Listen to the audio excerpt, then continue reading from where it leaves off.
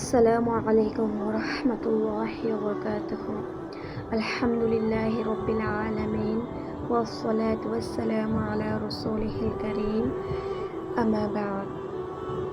আজকে আমরা যে বিষয়টা নিয়ে আলোচনা করব সেই বিষয়টা হচ্ছে মৃত্যু। যে সত্যকে কেউ অস্বীকার করতে পারবে না। প্রিয় বোনেরা, একটু চিন্তা করো, আজ আমরা যে ঘরে বসে আছি, যে বিছানায় ঘুমাই, যে পরিবারকে ঘিরে আমাদের এত স্বপ্ন, একদিন সব কিছু ছেড়ে চলে যেতে হবে আমাদের। একদিন এমন একটি সময় আসবে যখন আমাদের নাম ধরে আর কেউ ডাকবে না, বলবে লাশটা নিয়ে এসো। কিছুক্ষণ পর বলবে কবরটা প্রস্তুত হয়েছে কি। তারপর মাটির নিচে নামিয়ে দিয়ে সবাই একে একে চলে যাবে। যে মানুষটিকে ছাড়া এক সময় পরিবার চলতো না, তার কবরের মাটি শুকানোর আগেই দুনিয়াতে তাকে ভুলতে শুরু করবে সবাই। এটাই দুনিয়ার বাস্তবতা। মৃত্যু আমাদের খুবই কাছে প্রিয় বোনেরা। আমরা মনে করি এখনো অনেক সময় আছে, পরে তওবা করব, পরে নামাজ পড়ব, পরে কোরআন শিখব, পরে আল্লাহর পথে ফিরব, এখন একটু আনন্দ করিনি। কিন্তু কে জানে সে পরে শব্দটি আমাদের জীবনে আদৌ আসবে কিনা। কত মানুষ সকালে ঘর থেকে বের হয়েছে কিন্তু আর ফিরে আসেনি। কত মানুষ রাতে ঘুমিয়েছে কিন্তু সকালে তার জানাজা হয়েছে। কত মানুষ ভবিষ্যতের পরিকল্পনা করেছে, অথচ মৃত্যু তাদের সব পরিকল্পনা থামিয়ে দিয়েছে। মৃত্যু কখনো বয়স দেখে আসে না। মৃত্যু শুধু বৃদ্ধদের জন্য নয়, কবরস্থানে শিশু আছে, যুবক আছে, তরুণী আছে, বৃদ্ধ আছে।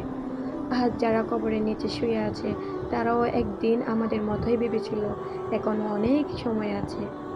মৃত্যুর সময় সে ভয়ঙ্কর মুহূর্ত, একদিন আমাদেরও মৃত্যু আসবে। চারপাশের প্রিয় মানুষগুলা দাঁড়িয়ে থাকবে কিন্তু কেউ মৃত্যুকে ফিরিয়ে দিতে পারবে না।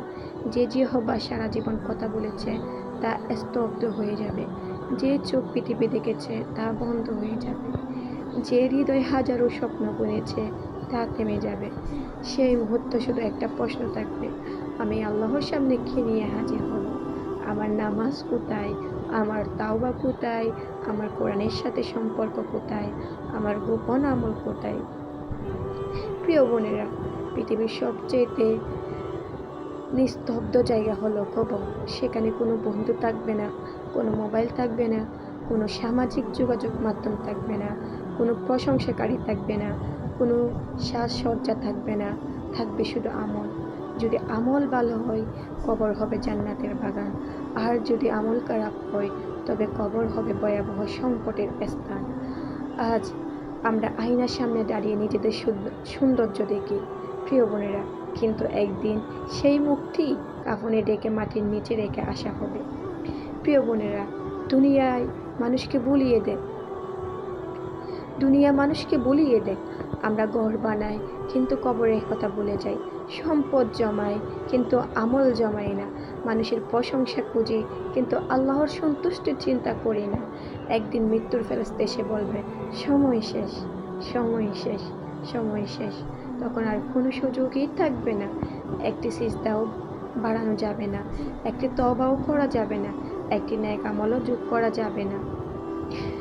প্রিয় বোনেরা, যদি আজই জীবনের শেষ দিন হয় তাহলে কেমন হবে আপনার দিনটি? আপনি নিজের কাছে প্রশ্ন করুন তো।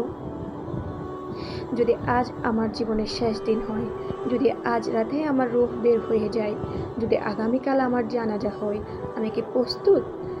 আমার রবকে আমার উপর সন্তুষ্ট?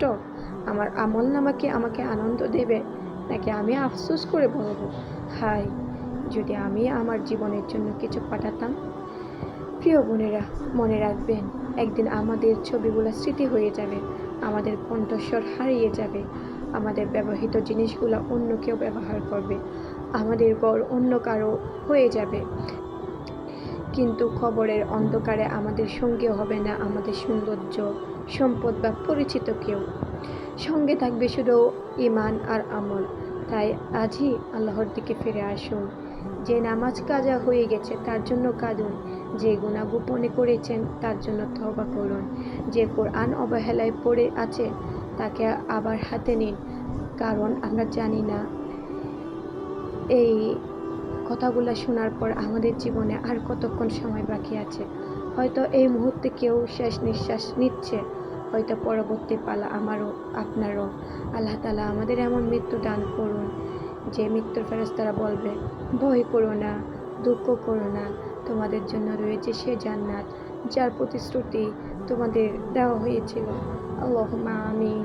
আল্লাহ আমাদের ইমানের সাথে জীবনযাপন এবং ইমানের সাথে মৃত্যু নসিব করুক। আল্লাহুম্মা আমিন। সুবহানাকা আল্লাহুম্মা ওয়া বিহামদিকা আশহাদু আন লা ইলাহা ইল্লা আনতা আস্তাগফিরুকা ওয়া আতুবু ইলাইক। আসসালামু আলাইকুম ওয়া রাহমাতুল্লাহ।